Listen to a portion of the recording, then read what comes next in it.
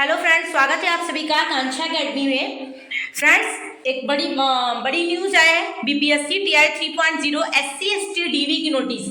अभी तक शिक्षा विभाग की तो डीवी की डेट आ चुकी थी, बट जो candidate SC ST welfare department में सेलेक्टेड थे उनके डीवी की डेट अभी तक नहीं आई थी। तो उनके लिए खुशखबरी है, वो बच्चे काफी परेशान थे, चिंतित थे। तो एटलीस्ट बीपीएससी टीआई 3.0 का एससी एसटी वेलफेयर डिपार्टमेंट के द्वारा नोटिस जारी कर दिया गया है। उनकी जो डीवी है वो 5 फरवरी से स्टार्ट है, 8 तक चलेगी। 3-4 दिन के अंदर खत्म कर दिया जाएगा। सबसे पहले पीआरटी की है। नोटिस को विस्तृत रूप से देखेंगे, उसके पहले बात करेंगे सीटेड 82 अंक पे। तो अभी न्यूज आ रही थी कि जो सीटेड 82 अंक है, अभी तक उसके लिए देखिए कोई फैसला नहीं आया है। टीआरई 2.0 1.0 में जो भी कैंडिडेट 82 वाले थे उन्हें पास कर दिया गया था और उन्हें मतलब डीवी में ले लिया गया था, सेलेक्टेड है। बट इस बार टीआरई 3.0 में कहीं ले लिया गया और कहीं कहना है अभ्यर्थियों का नहीं लिया गया। मतलब अधिकतर जगहों पे 82 पाने वाले कैंडिडेट को नहीं लिया गया है। तो वो अभ्यर्थी काफी परेशान है। उनको डाउटफुल में डाल दिया गया है, उनका वो डीवी नहीं किया गया है, या फिर बहुत सारी चीजें हैं उनको मतलब डाउटफुल कैटेगरी में उन्हें डाल दिया गया। देखिए 5 फरवरी के बाद उनका क्या होता है, अभी तक इसके लिए कोई नोटिस नहीं है।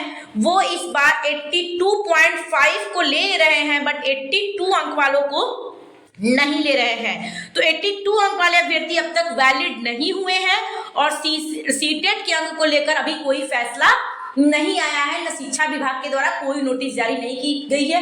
इन छोटी छोटी चीजों की वजह से आगे बवाल होता रहेगा, ये आप समझ जाइए। क्योंकि इस बार की जो डीवी जिस स्तर की हो रही है वो काफी दिक्कत देने वाली है। कुछ अभ्यर्थियों को कब डाउटफुल में डाल दिया जाएगा ये अभ्यर्थी को भी नहीं पता है।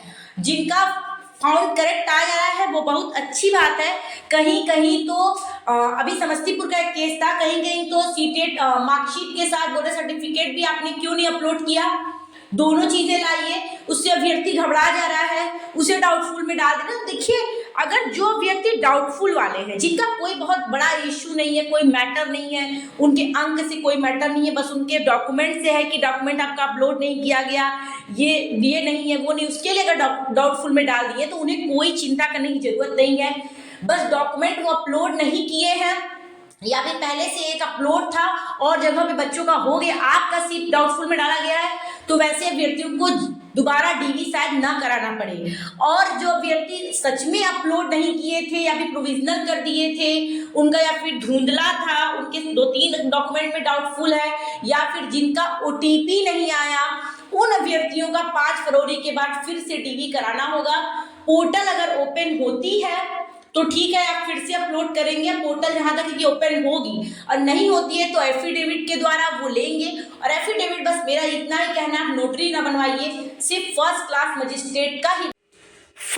मजिस्ट्रेट का होने से आपको कोई दिक्कत नहीं होगी। उनको वो मानना ही पड़ेगा। एसडीएम की जब साइन होती है तो रिस्पॉन्सिबिलिटी उनकी होती है, या मजिस्ट्रेट का सिग्नेचर होगा तो उनकी होती है। अगर आपके स्टेट से ना बन पाए तो बिहार स्टेट से बनवा सकते हैं, मतलब कहीं का होना चाहिए। बिहार के हैं तो बिहार से तो बनेगा ही। तो आप लोग ये सारी चीजें पहले से क्लियर रखिए और 5 फरवरी के बाद आप लोग को बुलाया जाए तो दोबारा कोई दिक्कत ना हो। डर तो सबको लगता है, बट सबका हो जाएगा। बस उनका थोड़ा सा परेशान करने का तरीका है, एक तरह से डाउटफुल में डाल देना। बच्चा डिप्रेशन में चला जाता है कि अरे अब क्या होगा। तो वो बोल रहे हैं कि अगर डाउटफुल में डाल दिया गया तो नेक्स्ट बार आपका जरूर क्लियर हो जाएगा और हो भी जाएगा। तो ऐसे अभ्यर्थी परेशान ना हो जिनका डाउटफुल लगा है या फिर जिनका ओटीपी आधार की वजह से नहीं आया है, तो वो अपना करेक्शन करा ले, एक एफिडेविट बनवा ले, बाकी चीजें उनकी नेक्स्ट चांस में हो जाएंगी। ठीक है, तो बीपीएससी टीआई 3.0 का पहले सीएसटी का हम लोग नोटिस देख लेते हैं। तो ये देखिए, अभी नोटिस आया है बिहार लोक सेवा आयोग पटना द्वारा आयोजित टीआई 3 प्रधानाध्यापक भर्ती परीक्षा फल के आधार पर अनुशंसित अभ्यर्थियों की काउंसलिंग के संबंध में उनकी साड़ी कब से है 9 बजे से 5 बजे तक उनकी निर्धारित की गई है। ठीक है, उनमें स्लॉट कुछ नहीं है, अभ्यर्थी कम है तो कभी आप जाएंगे तो आपका लाइन ला के वो करा लेंगे। ठीक है, 5 तारीख को पीआरटी का है, 1 to 5 का है। ठीक, जितने भी 1 to 5 के रहेंगे वो 5 को करा लेंगे। अभ्यर्थी कम है, एक दिन में ही उनका खत्म हो जाएगा।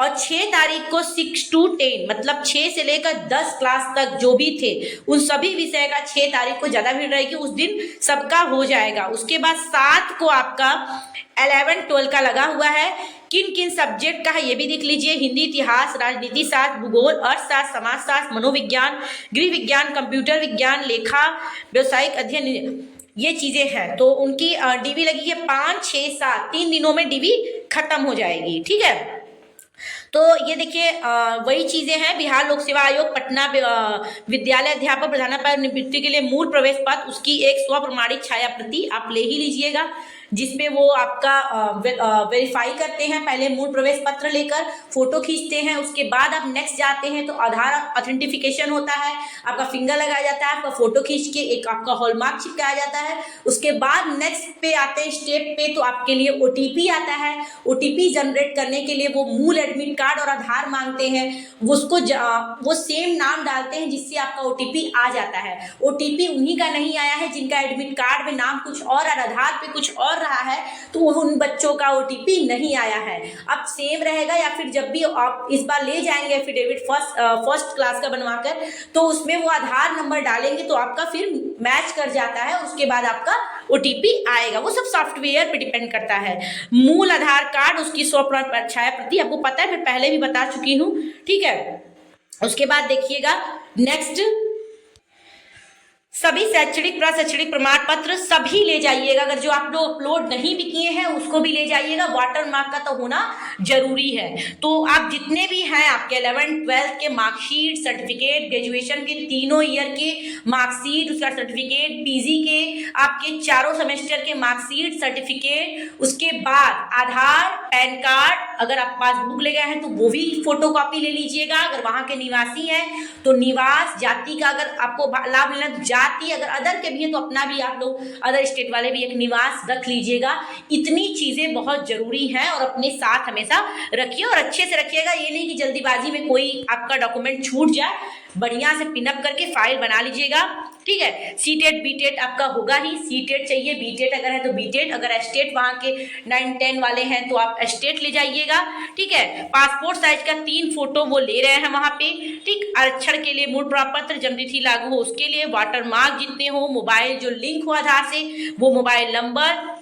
ठीक है, अगर आप पहले से नौकरी में हैं तो उसका प्रमाण पत्र सभी, पैन कार्ड सभी साथ लेते आएंगे।